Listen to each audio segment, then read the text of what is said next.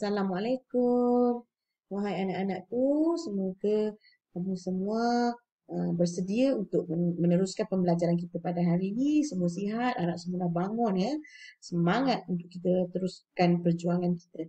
Okay, kita dah masuk bab di mana apa nama? Kita dah belajar tentang sistem endokrin, ada 6 kelenjar yang awak perlu kena tahu, apa hormon-hormon yang dirembeskan oleh setiap kelenjar, perempuan ada 5 kelenjar, lelaki ada 5 kelenjar, apa dia?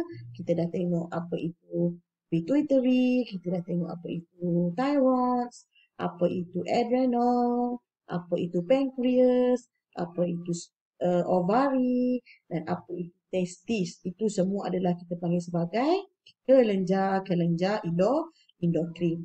Dan dia setiap kelenjar akan merembeskan hormon. Okay, hormon-hormon pun kita dah belajar.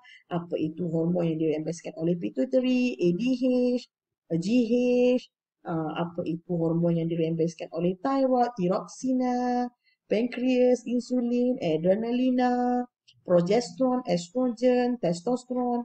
Itu semua adalah hormon-hormon yang diperlukan oleh badan kita uh, untuk meneruskan fungsi badan ya.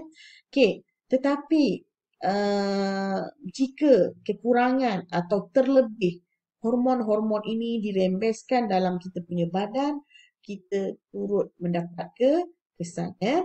Okey, punca dan kesan ketidakseimbangan hormon kepada kesihatan. Okay, hormon ialah bahan kimia organik yang mempunyai peranan yang penting dalam setiap fungsi tubuh. Okay. Okay, kadar rembesan hormon mestilah seimbang dengan fungsinya. So, dia dah diciptakan seimbang dengan fungsinya. Kelebihan atau kekurangan rembesan hormon oleh kelenjar-kelenjar endokrin akan menyebabkan ketidakseimbangan hormon. Okay, ketidakseimbangan hormon boleh menyebabkan penyakit.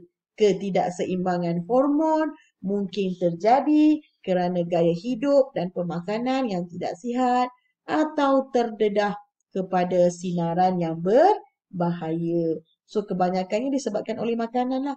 Atau juga terdedah kepada sinaran-sinaran yang berbahaya. Itu boleh memberi kesan kepada ketidakseimbangan hormon dalam badan. Okey, apa akan jadi kalau badan kita kekurangan hormon tiroksina yang dibebaskan oleh thyroid ataupun yang dirembeskan oleh thyroid? Okey, ia akan menyebabkan kadar metabolisme rendah, tidak tahan sejuk, perkembangan fizikal dan mental terbantut pada kanak-kanak. Kita panggil sebagai kreatinism ataupun kreatinisma. Kurang tenaga pada orang dewasa, kita panggil sebagai myxedema, dan cenderung menjadi gemuk. Ini disebabkan oleh kurangnya hormon tiroksina yang dirembeskan oleh thyroid. Kadar metabolisme rendah, tidak tahan sejuk, perkembangan fizikal mental terbantu untuk kanak-kanak, kurang tenaga pada orang dewasa, cenderung menjadi gemuk. Dan akhir sekali adalah goiter. Goiter ni adalah disebabkan oleh kekurangan hormon tiroksina. Bukan kita panggil yang goiter ni dia bengkak dekat leher ni, bukan beguk tu. Beguk tu disebabkan oleh virus. Tapi goiter ni disebabkan oleh kekurangan hormon tiroksina pada thyroid. Apa pula akan jadi kalau hormon tiroksina yang berlebihan dirembeskan? Dia ada kesan juga sebab dia tak seimbang, dia terlalu berlebih. So yang pertama, kadar metabolisme tinggi, berpeluh dan sentiasa berasa panas, sukar tidur, kuat selera makan, cenderung menjadi kurus, pembesaran kelenjar thyroid, bola mata yang menonjol keluar, dan leher yang bengkak. Ini pula kesan disebabkan oleh lebih. Tadi kurang, ini lebih hormon tiroksina dalam badan. Ya. Okey, testosteron pula. Apa akan jadi kalau seorang lelaki kekurangan hormon testosteron Yang pertama, lambat akil balil. Lambat matang, lambat akil balil. Bilangan sperma yang rendah. Tak normal, bilangan sperma jadi kurang. Okey.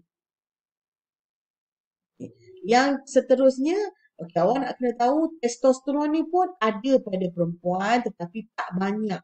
Ada sikit. Tetapi kalau dia berlebihan dalam perempuan, ia akan menyebabkan sifat kelakian pada wanita. Hormon testosteron yang berlebihan pada wanita, dia akan menyebabkan sifat-sifat kelakian pada wanita. Ada otot, berjambang, berjanggut, berbagai. Sebab apa?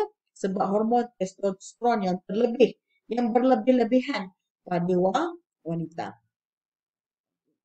Apa jadi kalau kita kekurangan? Seorang wanita kekurangan progesteron, dia akan menyebabkan masalah haid, tak teratur, datang haid sikit, tak teratur, tak cukup kitar dia, sakit kepala, boleh menyebabkan sembelit, keguguran kandungan. Itu disebabkan oleh kekurangan hormon progesteron. Okay. Kita tahu ovari dirembeskan dua jenis hormon, progesteron dengan estrogen. So, apa pula akan jadi kalau kekurangan hormon estrogen? Okay. Perkembangan ciri-ciri seks sekunder perempuan terjejas. Mungkin payudara dia tak membesar, pinggul dia tak jadi. So, maksudnya dia akan menyerupai. Dia lebih menyerupai kepada lelaki lah. So, hormon estrogen berlebihan akan menyebabkan sifat keperempuanan pada lelaki. Dekat dalam lelaki, kalau ada estrogen berlebihan, dia akan menyebabkan lelaki tu jadi macam perempuan. Ada pinggul, ada rupa perempuan lah. Kalau untuk perempuan kurang estrogen, ciri-ciri seks sekunder dia pun terjejas. Dia tak rupa macam perempuan. Ciri-ciri dia makin berkurang. Keperempuanan, bentuk badan dia, semuanya akan berkurang. Okey. Ini pula adalah disebabkan oleh kekurangan hormon tumbuhan. Dia akan boleh menyebabkan kekerdilan, bantut ataupun kekerdilan. Hormon pertumbuhan yang berlebihan akan menyebabkan pertumbuhan tidak terkawal ataupun kegergasian. Itu adalah disebabkan oleh GH, growth hormone ataupun hormon pertumbuhan yang tidak stabil ataupun yang tidak seimbang.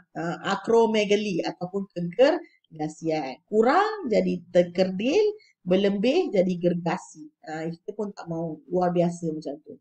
Okey, ADH. ADH ni pun dirembeskan oleh pituitary. Apa akan jadi? Air tidak dapat diserap semula di duktus pengumpul di ginjal. Ginjal tak dapat serap air.